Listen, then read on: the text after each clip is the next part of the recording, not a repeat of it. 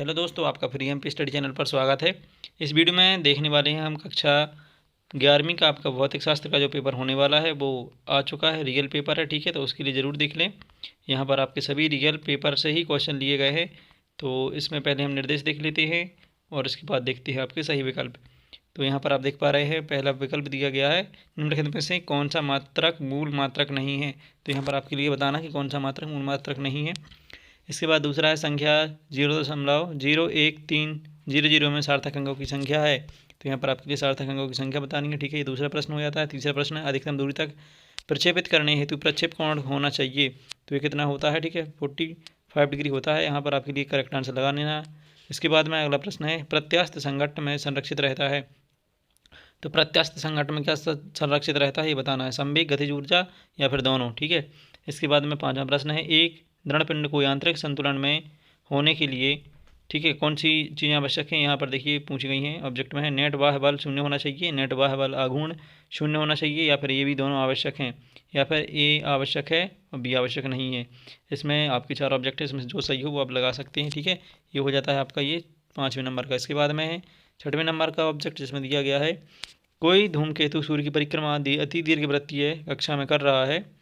तो निम्नलिखित में से कौन सी राशि नियत रहेगी। तो देखिए चार आपके लिए राशियाँ दी गई हैं, रैखिक चाल, कोणीय चाल, स्थितिज ऊर्जा, कोणीय संवेग, ठीक है। इसमें से कौन नियत रहेगा ये बताना है। दाब बढ़ाने पर किसी पदार्थ का गलनांक खालिस्तान हो जाता है, मतलब कि यहाँ पर आपकी चार ऑप्शन है, इसमें से क्या हो जाता है वो बताना, ठीक है। कम हो जाता है, बढ़ जाता है, या फिर अपरिवर्तित, या फिर पदार्थ की प्रकृति पर निर्भर करता है। इसके बाद प्रश्न क्रमांक दूसरा है, जिसमें रिक्त स्थान पूछे गए हैं। तो देखिए पहला प्रश्न है किसी 1 सेंटीमीटर भुजा वाले घन का आयतन खालिस्तान मीटर के बराबर है, ठीक है। फिर इसके बाद में दूसरा प्रश्न यह गति जिसमें त्वरण सदैव वेग के लंबवत होता है वह पथ का खालिस्तान होता है, ठीक है। इसके बाद तीसरा है पथ बंद पथ में संरक्षित बल द्वारा किया गया कार्य खालिस्तान 400 जी हाँ, याद कर लीजिए व्हाट्सएप नंबर, क्योंकि अब चाहे आपका मैथ्स का सवाल हो या फिजिक्स, केमिस्ट्री, बायोलॉजी का, आपके हर डाउट, हर क्वेश्चन का मिलेगा तुरंत वीडियो सोल्यूशन, वो भी सीधा आपके व्हाट्सएप पर। बस अपने फोन में डाउटनेट का 8 400 400 400 व्हाट्सएप नंबर सेव कर लीजिए और चैट ओपन कीजिए। फिर जो भी आपका डाउट है उस सवाल की आपको बस फोटो खींचनी है, उसे क्रॉप करना है और 5 सेकंड में आपको उसका वीडियो सोल्यूशन मिल जाएगा। क्लास 6 से 12 IIT JEE, NEET, CBSE boards और सभी स्टेट बोर्ड्स के बच्चों के लिए। तो देर किस बात की, अभी जाइए और 8 400 400 400 पर अपना सवाल व्हाट्सएप कीजिए और अपने सभी डाउट्स को आउट कीजिए। लिंक डिस्क्रिप्शन में है। होता है। इसके बाद अगला क्वेश्चन है कार्य करने की दर को खालिस्तान कहते हैं।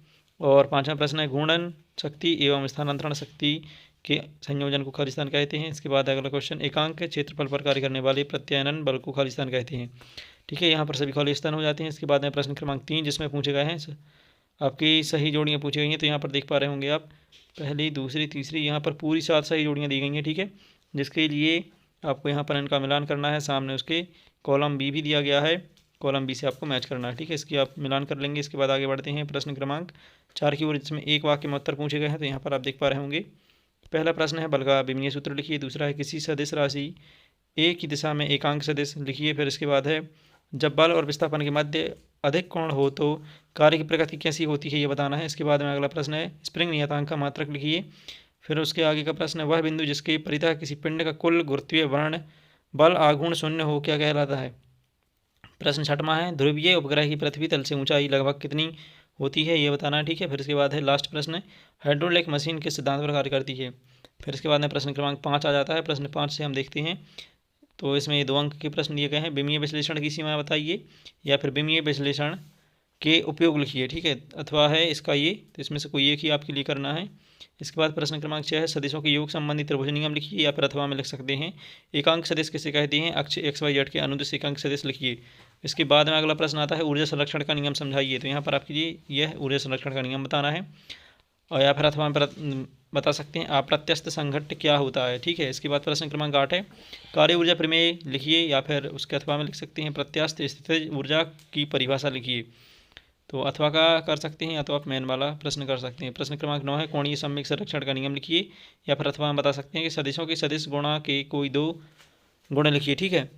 इसके बाद है प्रश्न 10, जिसमें पूछा किसी पिंड का जड़त्व आघूर्ण किन किन कारकों पर निर्भर करता है। अथवा में प्रश्न है पूर्ण घूर्णन गति में जड़त्व आघूर्ण के भौतिक महत्व को स्पष्ट कीजिए। तो यहाँ पर देखिए आपके लिए ये सभी प्रश्न प्रोवाइड कराए जा रहे हैं। अगर आपके लिए क्लियर नहीं दिखाई दे रहा है तो वीडियो की क्वालिटी बढ़ा सकते हैं, या तो फिर PDF डाउनलोड करने के लिए आप टेलीग्राम चैनल को ज्वाइन कर सकते हैं। टेलीग्राम चैनल की लिंक इस वीडियो के डिस्क्रिप्शन में दी गई है, वहाँ पर जाकर आप डाउनलोड कर सकते हैं। ठीक है। इसके बाद में प्रश्न क्रमांक 12 है, धारा रेखीय प्रवाह एवं विक्षुब्ध प्रवाह में कोई अंतर लिखिए, या फिर बर्नौली का प्रमेय लिखिए। ठीक है, ये बताना है आपके लिए। प्रश्न 13 है, किसी स्प्रिंग को खींचने या दबाने पर संचित स्थितिज ऊर्जा के लिए सूत्र स्थापित कीजिए। तो यहाँ पर आपके लिए यह सूत्र का निगमन करना है, या तो फिर अथवा में दिया गया प्रश्न का उत्तर लिख सकते हैं। अगला प्रश्न देख रहे हैं 14वां है, इसमें पूछा गया है कि कोई साइकिल सवार ब्रेक लगाने पर फिसलता हुआ 10 मीटर दूर जाकर रुकता है। इस प्रक्रिया में सड़क द्वारा साइकिल पर लगाया गया बल 200 न्यूटन है, जो उसकी गति के विपरीत है। तो सिद्ध कीजिए कि लगाए गए, मतलब इस पे पेडल पर लगाए गए बल का गणना करनी है। ठीक है, बल की गणना करनी है। इसके बाद में अगला प्रश्न है, किसी भवन के भूतल पर लगा पंप 30 मीटर आयतन की पानी की टंकी को 15 मिनट में भरता है। ठीक है, तो वही टंकी भूतल से 40 मीटर ऊपर हो तो पंप द्वारा वह शक्ति ज्ञात कीजिए। यहाँ पर जी का आपके लिए मान दिया गया है, तो यहाँ पर इसका यूज करेंगे। ठीक है। इसके बाद प्रश्न 15 आता है, कोणीय संवेग एवं बल आघूर्ण में संबंध स्थापित कीजिए। तो यहाँ पर यह प्रश्न भी दिया गया। ठीक है, इन सभी प्रश्नों के लिए आप तैयार कर सकते हैं। और इसके बाद आपका लास्ट प्रश्न आता है, कांच के स्वच्छ समतल पृष्ठ पर जल फैलाने का प्रयास करता है, जबकि पारा उसी पृष्ठ पर बूंद के रूप में रहता है, क्यों? तो यह आपके लिए इसका कारण बताना है यहाँ पर। फिर उसके बाद इसका अथवा प्रश्न है, किसी बाह्य बल का प्रभाव ना हो तो द्रव बूंद की आकृति सदैव गोल होती है, इसका कारण स्पष्ट करना है। ठीक है, तो इस प्रकार से यहाँ पर आपके सभी क्वेश्चन आप देख चुके हैं, और यहाँ पर ये आपका रियल पेपर था।